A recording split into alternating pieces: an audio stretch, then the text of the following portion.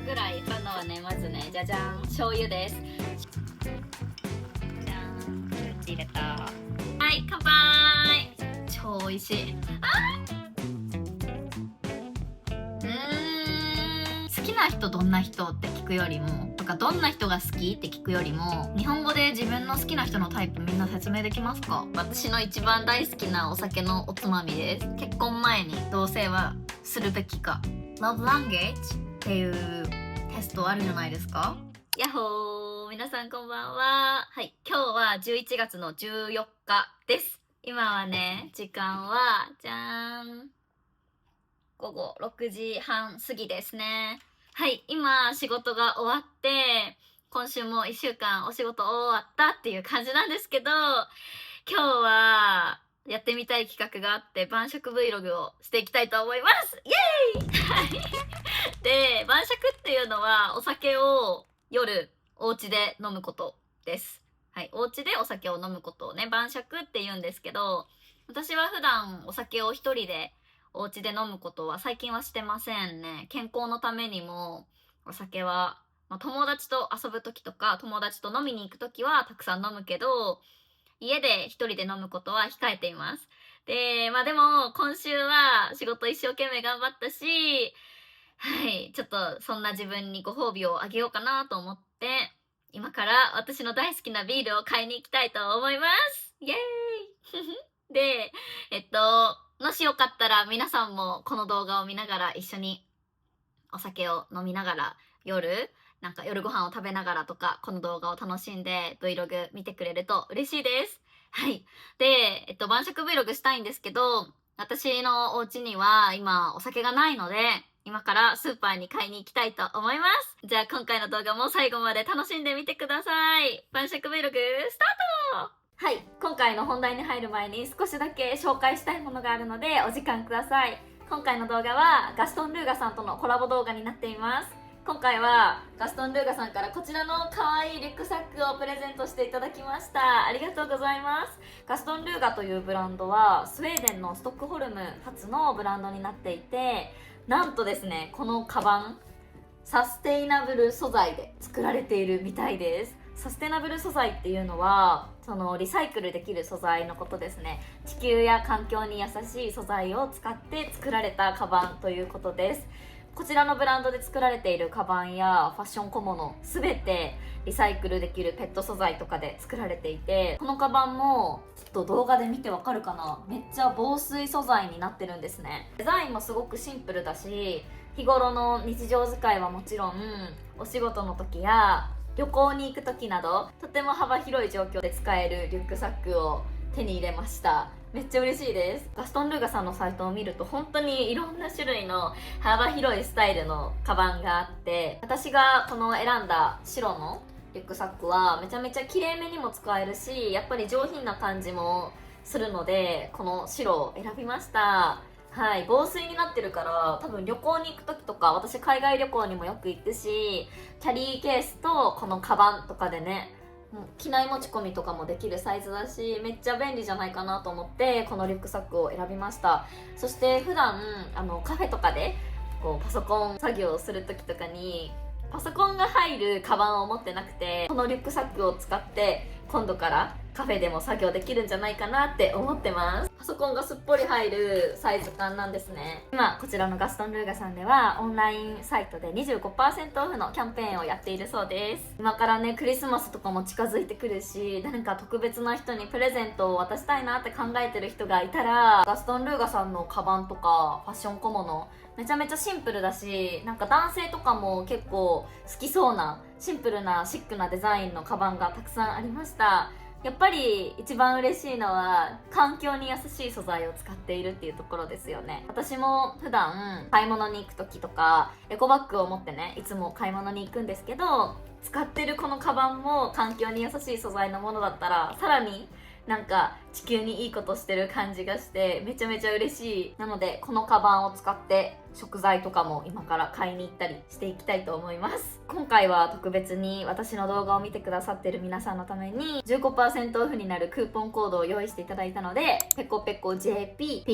PEKOPEKOJP と入力してもらえると 15% オフが適用されると思います。はい、ということで今回の晩食 Vlog 楽しんでみてください。はい、今買い物から帰ってきました。キムチとかビールとかいろいろ買ってきました。で、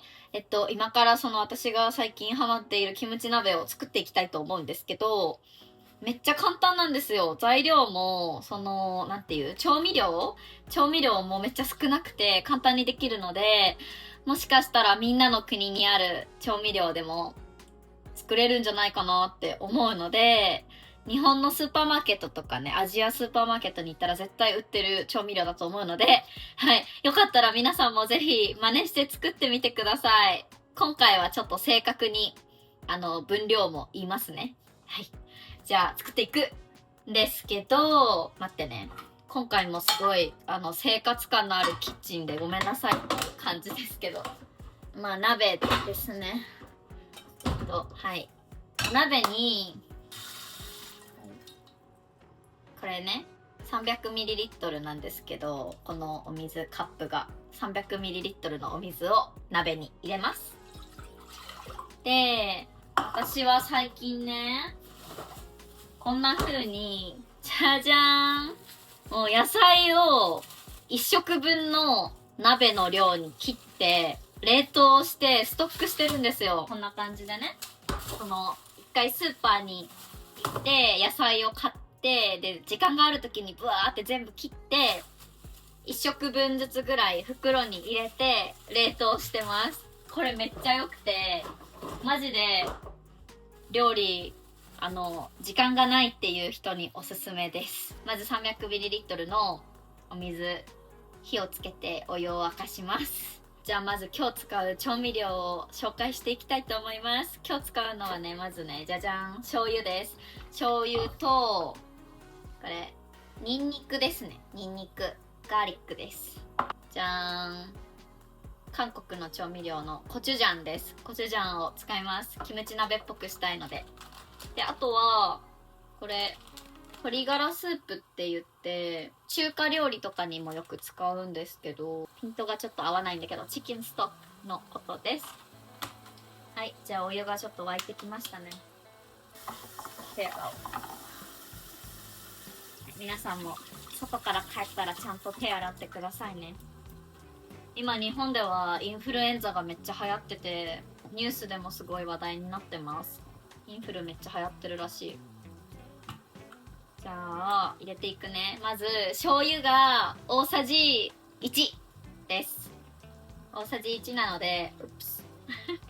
大さじ1なので、15ml ですね。15cc です。大さじ1の醤油を入れます。テーブルスプーンのことを大さじで、ティースプーンのことを小さじっていう風に日本では言います。で、今テーブルスプーン1杯分の醤油を入れましたね。次ニンニク入れていく。ニンニクはね、めっちゃ適当ですね。なんかほんとニンニク好きな人はいっぱい入れてもらったらいいんですけど、私はだいたいまあこんな感じ、これぐらいのニンニクを入れていきたいと思います。まあニンニクは多いのが好きな人はもっとたくさん入れてください。次、コチュジャン。コチュジャンはどれぐらいかな。いつもめっちゃ目分量でやってるわ。大さじ2分の1ぐらいのコチュジャンを適当に入れます賞味感覚でいつも作ってるので全然測ってないですね。今回はちょっとみんなにも作ってもらえたらなと思ってなんとなく分量を言ってるんですけど、いつも私は目分量です。で、このチキンストックね、もうだいたい大さじ半分くらいかな。大さじ2分の1くらいいつも入れてます。そしたらね、今めっちゃスープもうグツグツしてるので、この冷凍してた野菜をあとは入れるだけです。めっちゃ簡単はい、野菜入れる。しかも冷凍してたらすごい火が通りやすくって、生の野菜を茹でるよりも一回冷凍した野菜をこう茹でるのってすっごいね、火が通りやすくって、煮るのもね、本当に5分も経ったら全然柔らかくなるのでちゃいいですよ。換気扇回します。これ換気扇って言いますね。ファンのこと。はい、こんな感じで凍ったまま野菜を入れてて、ちょっと凍ってるのでこうほぐしてあげますね。こうやってちゃんと具材がスープに浸かるように崩してあげます。でお肉ももうそのままこうやって冷凍しちゃってて、お肉はもうちょっと火が通ったらばらしていきたいと思います。こんな感じ。じゃあちょっと蓋をして煮込んでいきます。はい、もうこれで終わりです。あとは本当に蓋して煮込んで火が通ったら完成っていう感じでめっちゃ楽なんですよ、作るのが。で、私は豆腐タンパク質食べたいので豆腐をもう毎回めっちゃ入れるんですけど、豆腐は冷凍できないので、こうやって火にかけてる時に毎回入れてます、豆腐。あと海外には売ってるかどうかわかんないんですけど、海外にはないかもしれない。これじゃん、マロニーちゃんで、このマロニーちゃんは春雨みたいな感じですね。春雨って言ってわかるかな。じゃがいもで作られてる麺です。はい、じゃがいもで作られてる麺。ちょっとフォーみたいな感じに似てます。こんな感じで透明の麺ですね。お米じゃなくてこれはじゃがいもで作られてるんですけど、はい、入れすぎたらちょっとね炭水化物って思っちゃうんだけど、でもこれ入れてます。これを入れるだけですごい満足感がアップするので、私はいつも入れてる。日本のスーパーには絶対売ってるので、日本に住んでる方だったらぜひぜひマロニーちゃんね、スーパーで探してみてください。そうこう言ってる間に本当に鍋がすごいグツグツしてきた。お肉固まって冷凍しちゃってるので、ちょっと火が全体に通るようにほぐしていきます。で、大体野菜に火が通ったかなって思ったら、最後にこのマロニーと豆腐を加えて、もう少し煮込んで完成っていう感じね。マロニーちゃんはちょっとこれぐらい入れたいと思います。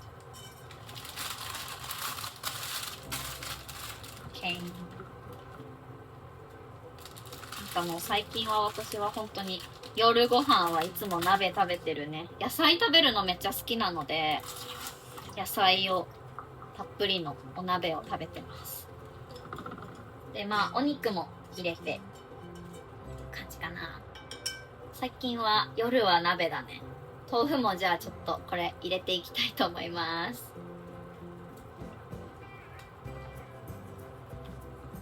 最近は私は朝ごはんはめっちゃ何食べてるかな。朝ごはんは最近バナナと、コーヒー飲んでっていう感じかな。あとはお昼ご飯に納豆とお味噌汁とご飯、お米を食べるようにしてて、やっぱり炭水化物を全く食べないと体に良くないというか代謝が落ちちゃうので、炭水化物はちゃんと食べるようにしていて、お昼にでも食べるようにしてますね。そうで、夜は結構こういう感じで炭水化物はちょっと控え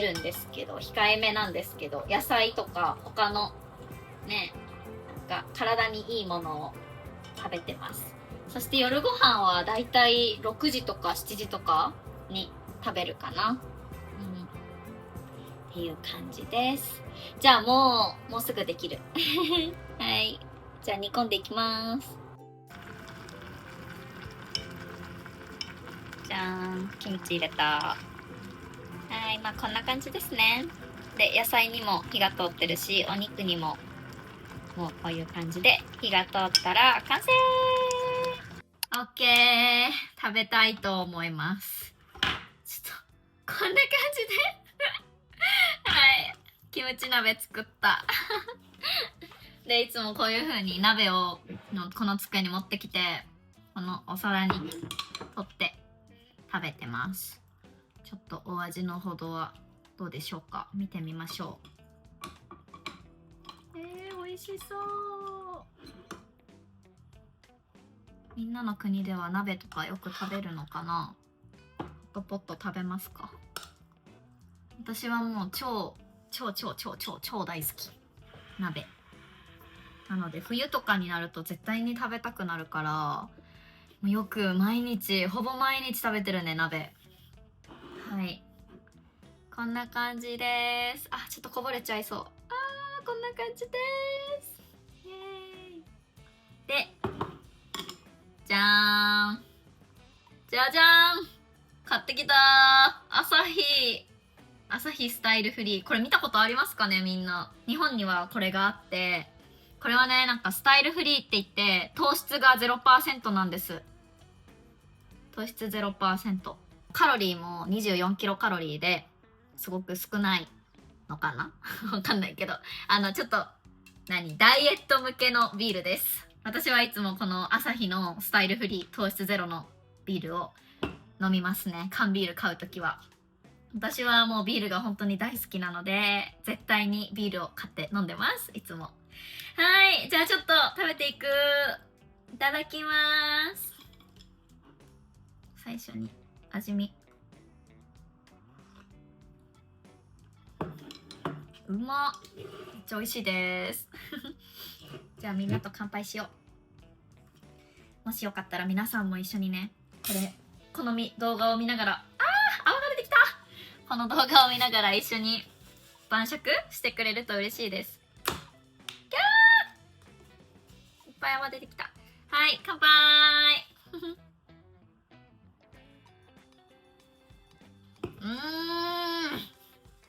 超美味しい。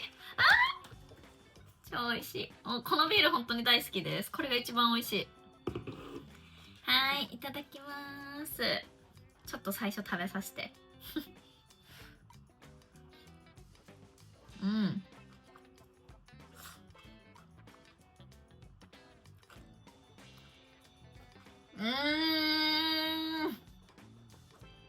ちょっとあれみたいになるかも。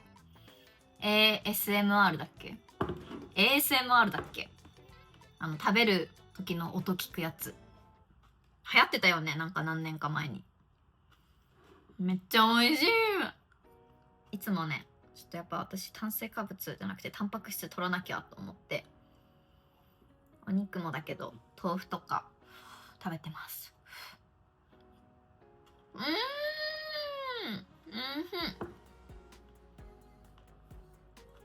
幸せですね。やっぱご飯を食べる時が一番幸せを感じますよね今日はね、ちょっとキムチ多めに入れたから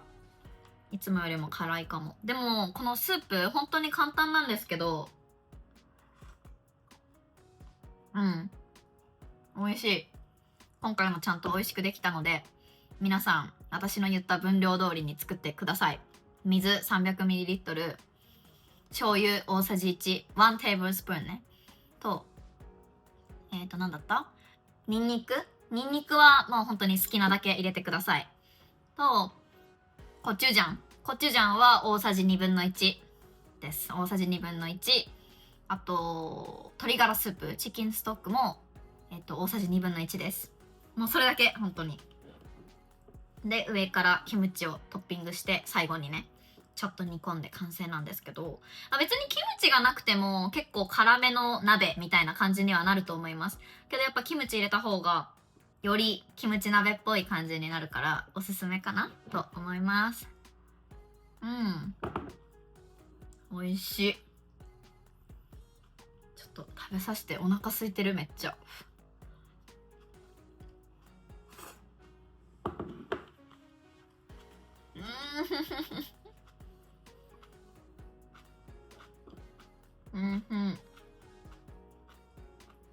もし食べる音が嫌いな人がいたらほんとごめんなさいって感じなんだけど、白菜がめっちゃシャキシャキ言ってるよね多分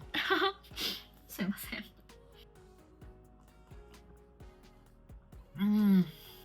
美味しいです。はいまあ今日は晩酌ということで、なんか私が友達と本当にこう居酒屋とかに行って夜ご飯を食べながらお酒を飲みながら会話するような内容の会話のテーマを本当にみんなと一一緒に飲み会してる感じでお話できたらいいなって思ってるんですけど、なんかね、考えたんだけど、友達同士で集まる時って何話すんだろうって思ったら、やっぱりさ、女の子だけで集まった時って絶対恋バナするんですよね。マジで恋バナしかしてないかも。最近どうなんとか、そういう話でもう一生盛り上がってますね。そう。で、もし彼氏とかがいたら、彼氏との最近の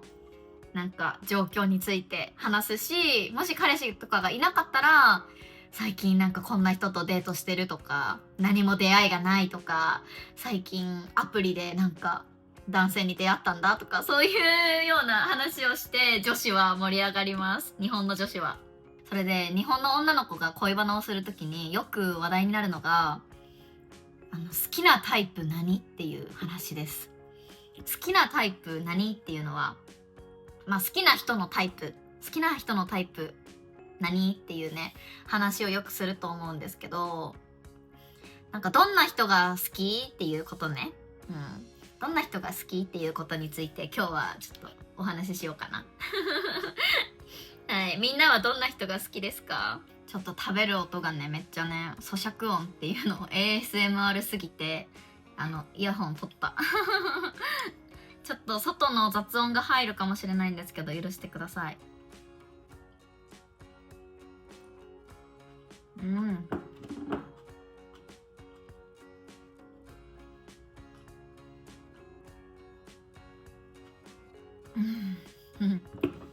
はい。で、みんなはどんな人がタイプですか？みんなの好きな人はどんな人？ちなみになんですけど、好きな人どんな人って聞くよりも、とかどんな人が好きって聞くよりも、多分一番自然なのは、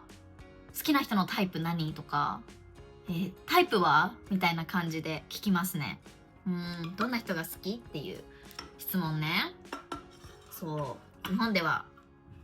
タイプは好きな人のタイプはみたいな感じでよく質問します。私の好きな人のタイプは、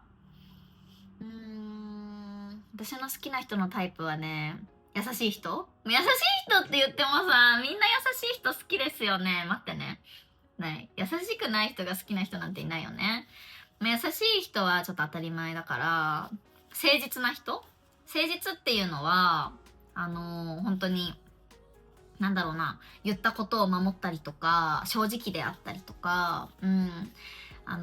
する人ですね。嘘つかなくて、本当に正直で、いつもいてくれる人のことを誠実な人って言いますね。誠実な人、この優しくて誠実っていうのはマストかなと思います。で、そこでさらにすごくいいなって思うのは、何かに向かって頑張ってる人かな。なんかすごい何かに目標を持ってめっちゃ努力してる人とかを見ると、素敵だなって思う気がします。逆になんか何も目標とかもなくて毎日ただ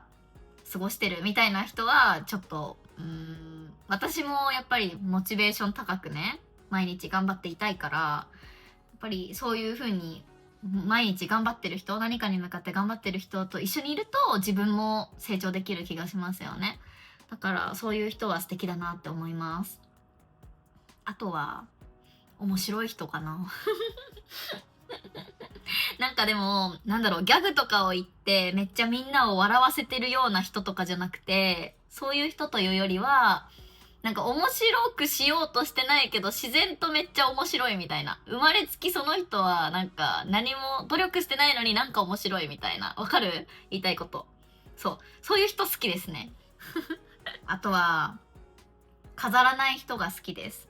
飾らない人っていうのは飾らない人ってどうやって説明したらいいかな。飾らない人っていうのはね、例えばさ、人間ってなんか持ってないものを持ってるように見せたりとか、ありのままの自分を見せるというよりも、やっぱりよく見せたい、よく見られたいと思って、よく見せようとするじゃないですか、他人に。特に、大人になってからはね。例えばだけど、自分ができないことを、いや、できるよって言ったりとか、めっちゃ例えばの話だけど、年収が実際は500万円だとするじゃん。だけど女の子の前では自分の年収1000万円超えてるよみたいな感じでさ、ちょっとカッコつけて言ってみたりとか、そういうのをプライドが高い人とか言うんだけどはい、なんか強く自分をより大きく見せようとすることですね。そういうのをしない人のことを飾らない人って言うんですけど、なんか自分がミスしたとしてもそれは自分のミスだって認めることができるし、プライドが高い人っていうのは自分がミスした時とかも自分のせいじゃなくて誰かのせいにしたりとか、それ時はなんか状況が悪かったからってなんか自分のせいにしないんですよね。でそういうのプライドが高いって言うんだけどはい。私はプライドが高い人はあんまり好きじゃなくて、そうじゃなくてすごい飾らない人が好きですね。自分がミスした時は自分のミスだって認めることができるし、自分ができないことは自分はできないって認めることができるし、だから助けてって言えることもできる。なんかそういう風に飾らない人はいいなって思いますね。だからこそ自分も多分正直でいれるしね、そういう人の前では。この一人前の鍋なのですぐに食べ終わってしまう。めっちゃ美味しい。まあ一人暮らしの夜ご飯なんてこんな感じですよね、みんな多分。なんか頑張って料理するときは、私も頑張って料理するときはちゃんとお皿にきれいに盛り付けしてお盆にのせてみたいな感じで食べるんですけど、時間がない時とかはこういう感じでほんと鍋をここに持ってきてそのままこういう風に食べてますちょっと見栄えは全然良くないけど、でもめっちゃ美味しいんですよこのキムチ鍋。みんなほんと作ってみてほしいわ。ちなみに入れてる具材は白菜とネギとキノコ。私めっちゃキノコ好きなんですよ。でキノコ3種類ぐらいと人参と、豆腐ともやしかな。もやしとお肉とっていう感じですね。私マジでキノコが大好きすぎて、1日に絶対キノコはもうめっちゃ食べてるかも。1日に何回も食べる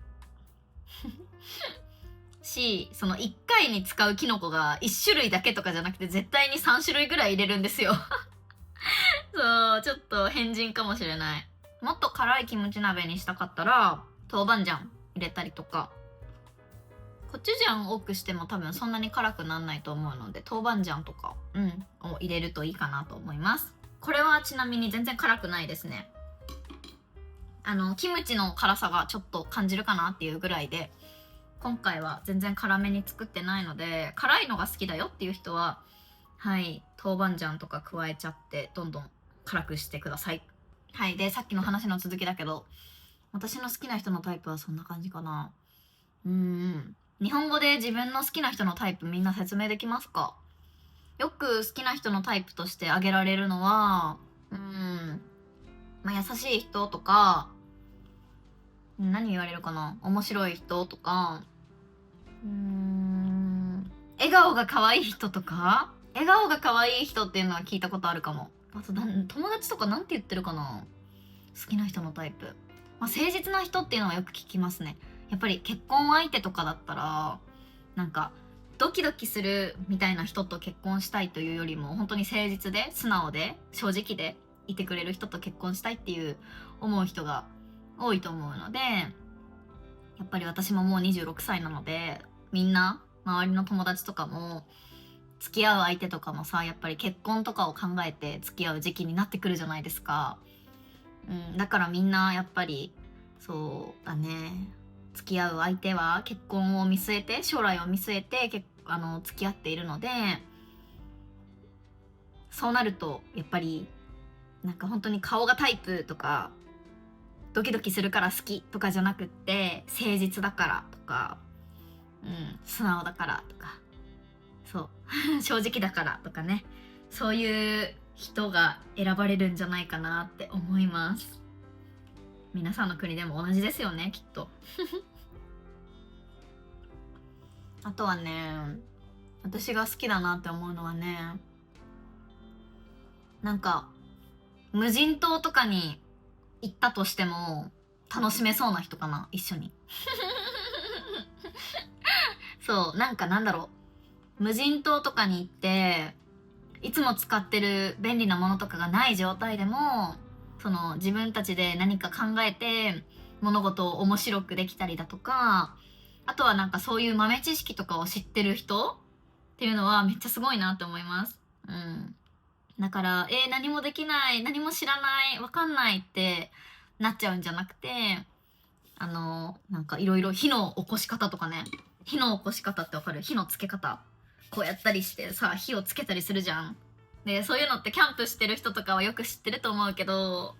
したことない人ってわかんないじゃん、そういうの。私とかもう全くわかんないんですね。火起こししろって言われたらどうやってやるかわかんない。けど、なんかそういうのを知らないとしても、やってみようって率先してやってくれたりとか、そうかな。なんかジャングルに行ったとしても、なんかこういろいろ山菜を取りに行ってくれたりとかそういう感じで、なんかサバイブできる感じの人がいいかな、一緒に。なんかどういう状況になってもこの人とならサバイブできそうだなみたいな人とは結婚したいなって思うかも。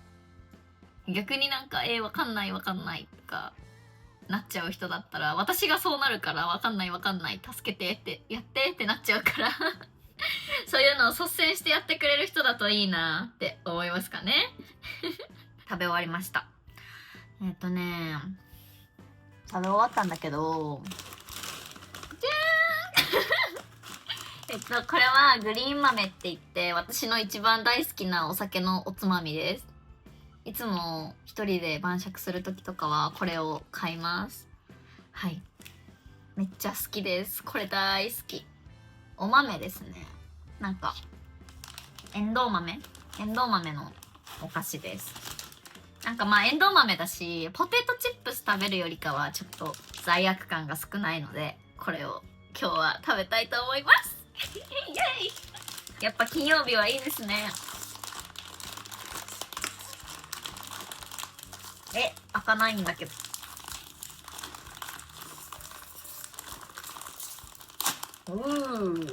変な開き方になったこれめっちゃ美味しいよ。日本にいる方はぜひ買ってみてください。これ大好き。こんな感じね。エンドウ豆。さっきの続き。そうだね。だから好きな人のタイプっていうのは、結構友達と恋バナする時とかに、どんな人が好きなんみたいな。じゃあどんな人と付き合いたいんみたいな感じでよく話題になるかなと思うので、皆さんなんか好きな人の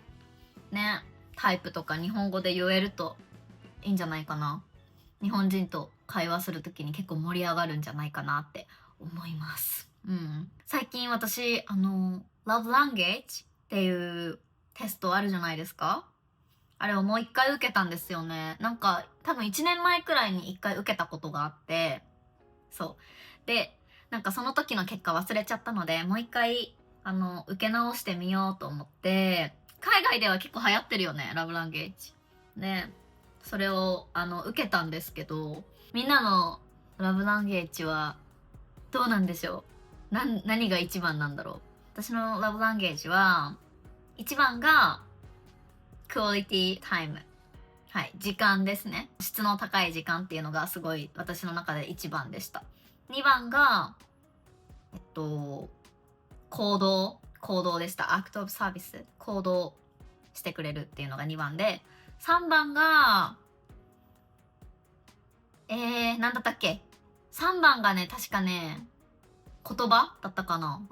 3番が言葉だったかフィジカルタッチだったかどっちかです。で、一番最後がギフトだった気がする。でした。皆さんとは全然違うんでしょうか。めっちゃ気になる。どうなんだろう。私はクオリティタイム、その質の高い時間っていうのが一番大切かも。やっぱり2人で一緒にいるのになんか心が通じ合ってないなみたいななんかこの人全然私の方に話を聞いてくれないなとか、私に興味を持ってくれないなとか、そういうのってめっちゃ悲しいよね。そうだから、それは私にとってすごい改めて大切なんだなって思いましたね。私の元彼私の元彼さんとの恋愛はちょっとこのクオリティタイムが足りなかった気がするな。今考えるとあの時は質の高い時間みたいなのを過ごせてなかったんじゃないかなって。心の底なんだろう、心の深いところの気持ちを話したりとか、相手が自分に興味を持ってくれる、興味を持って質問してくれる、聞いてくれるっていうのがなんか足りなかった。だから私にとってちょっと寂しいなって感じる部分ではあったのかなと思います。日本ではこのラブランゲージっていうのはまだ流行ってないというか、やっぱり英語のテストなので多分日本人受けてない人が多くて、日本語に翻訳されてるんだけどね、めっちゃ変なんですよそのテスト。だから英語わかる人は受けれるかもしれないけど、あんまり日本人受けてないですね。でもこれ絶対流行ると思う。受ける人増えてきたらめっちゃ、だって確信ついてるなって思うもん。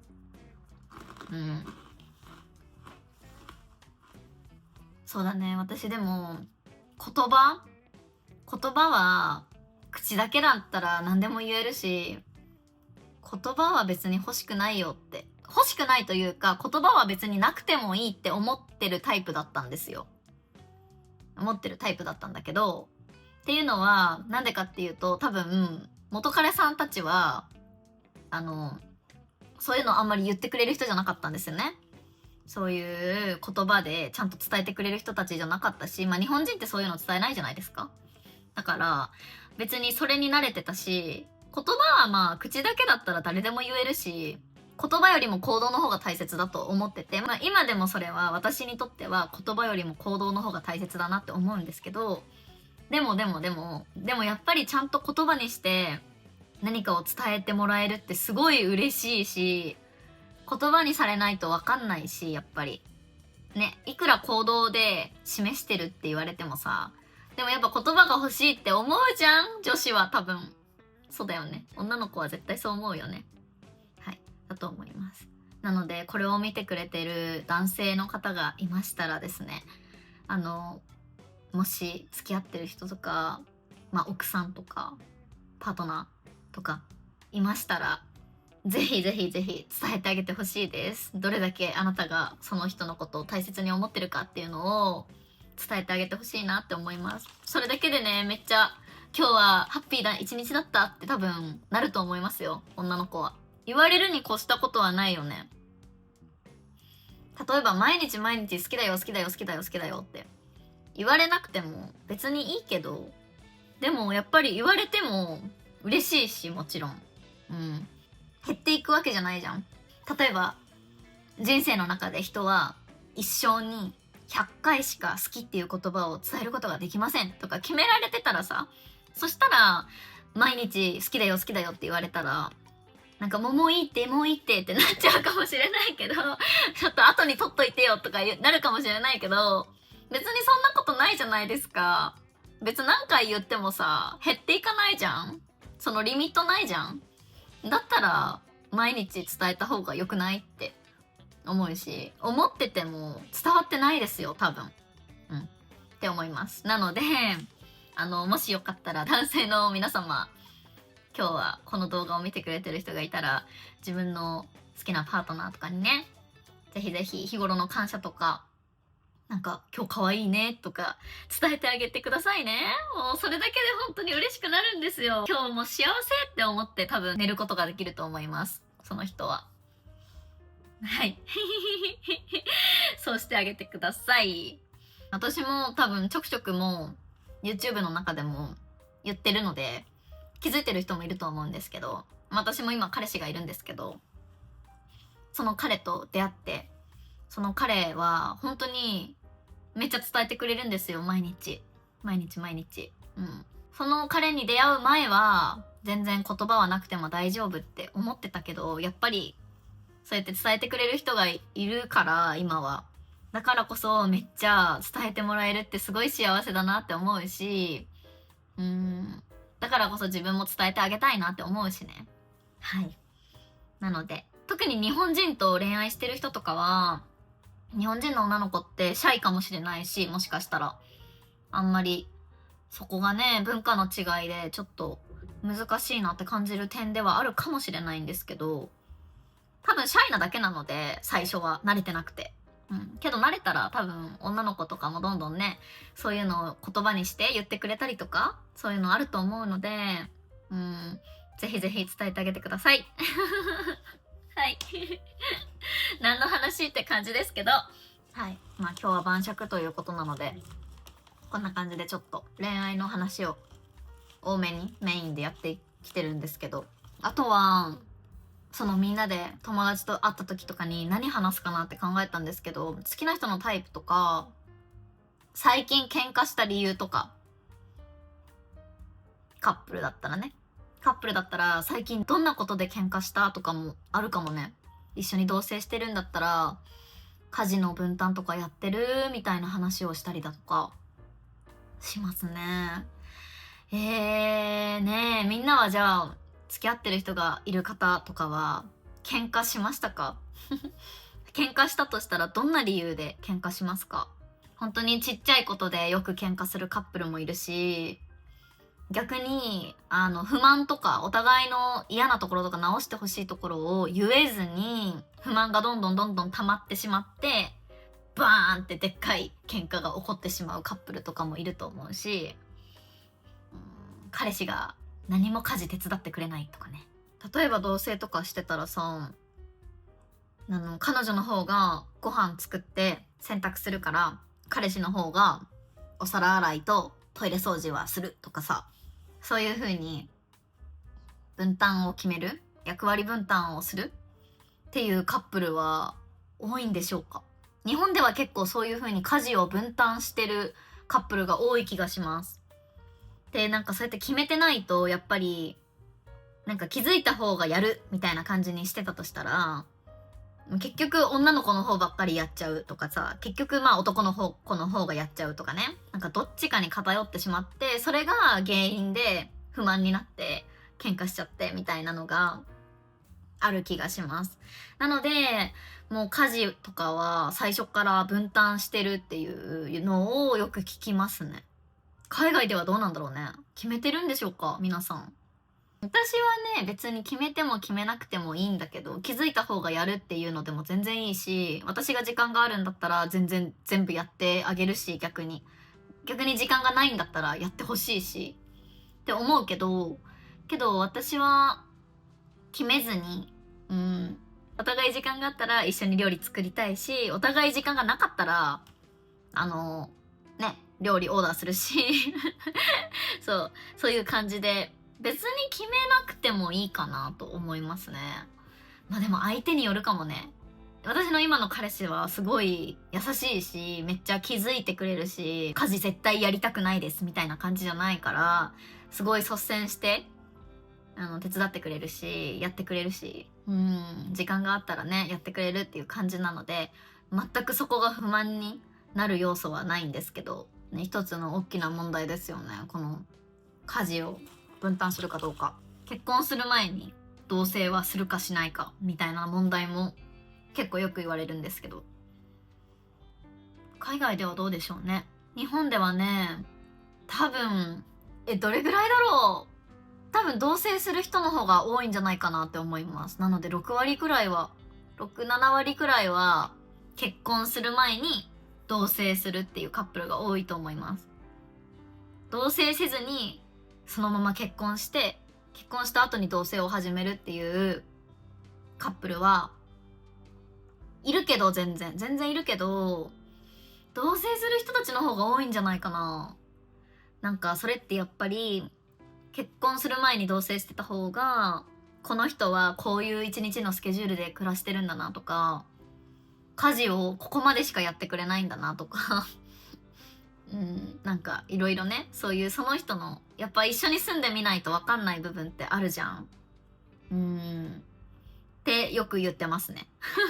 いろんな人がそうやって言ってます。私はちなみに彼氏と一緒に同棲をするっていうのをまだやったことがなくて、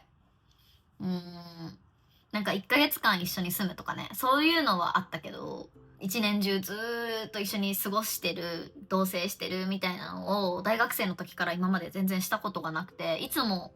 こうやっぱ自分の家があって、彼氏の家があって、一緒に会ってデートしてバイバイって別れてみたいなのが多かったので、お泊まりとかはあったけどさ、だからなんだろうねえ、やっぱ実際に同棲してみないと分かんない部分ってあるんだろうね、きっとあるんだろうね。皆さんは結婚前に同棲はするべきか、別にしなくてもいいと思うか、全く興味ないかどれでしょうか私の意見としては、結婚する前に同棲してた方がというか、なんかある程度1ヶ月とかね、それぐらいは結構長期で一緒に住んでみたら、その人の過ごし方が理解できると思うので、それがあるに越したことはないかなとは思いますね。ちなみに明日はね、私のお姉ちゃんが来るんです。明日じゃない、今日の夜で、明日は私のお姉ちゃんのワンちゃんのティムくんがめっちゃ久しぶりにうちに来てくれるんです。5ヶ月ぶりとかかな、ティムに会うの。5ヶ月ぶりぐらいにティムくんに会えて、もう本当にこの週末を楽しみに今週頑張ったので、超嬉しいです。私の動画を前の動画から見てくれてる人はもしかしたら気づいてるかもしれないんですけどね、ティムくんっていうワンちゃんが一緒に暮らしてたんです。ティムくんっていうワンちゃん一緒に私と暮らしてて、でもお姉ちゃんの犬だったんですよ。なのでお姉ちゃんが大阪からね、ちょっと引っ越しをしたので、その時にティムくんも一緒に行ってしまって、今は大阪にいないんですけど、昔はね、私ずっと一緒にティムと暮らしてたので、こう動画を撮ってる時とかもね、ベッドの上でね、ティムくんが黒いのがね、なんか寝てたでしょ、あれティムなんですけど、はい、なんか今でもすごい寂しくて、ご飯とか作りながらとかさ、本当にティムにずっと話しかけてたんですよ。いつもティムくんどうする、何食べたいとか言ってめっちゃ話しかけてたのに、ティムがいなくなっちゃってすごい寂しくって、はい、でも明日ね、久しぶりにティムくんが来てくれるので、もう超楽しみです。お姉ちゃんは今日の夜から来るんです。はい、っていうことで今はじゃーん、夜の8時半になりました。はい、もうビールも飲み終わるぐらいなので、この動画はここら辺で終わろうかなって思います。はい、皆さんこんな長い動画を最後まで見てくれた皆さん、本当にありがとうございます。めちゃめちゃゆるゆるの、史上初ぐらいのゆるさだよね。私の動画史上一番かも。ちょっとすっごいゆるゆるすぎる動画でしたけど、ビールを飲みながらとか夜ご飯を食べながらとかでもいいんですけど、一人で夜ゆっくりしてる時間にこの動画を見て、友達と一緒に飲み会してる気分になってくれたら嬉しいですはい、っていう感じで終わろうと思います。はい、今回の動画も最後まで見てくれた皆さん、本当にありがとうございます。最後まで見てくれた人を認識したいので、もしここまで見てくれてる方がいたら、何にしような、朝日ってコメントしてほしいです。動画で朝日ってコメントしてくれた人がいたら、その人は私の動画をここまで見てくれた人だって私分かることができるので、よかったら朝日ってコメントしてくださいはい、OK。じゃあ今日の動画はこんな感じで終わりたいと思います。初めて晩酌 Vlog っていう感じでなんか晩酌してる様子を撮ってみたんですけど、どうだったでしょうか。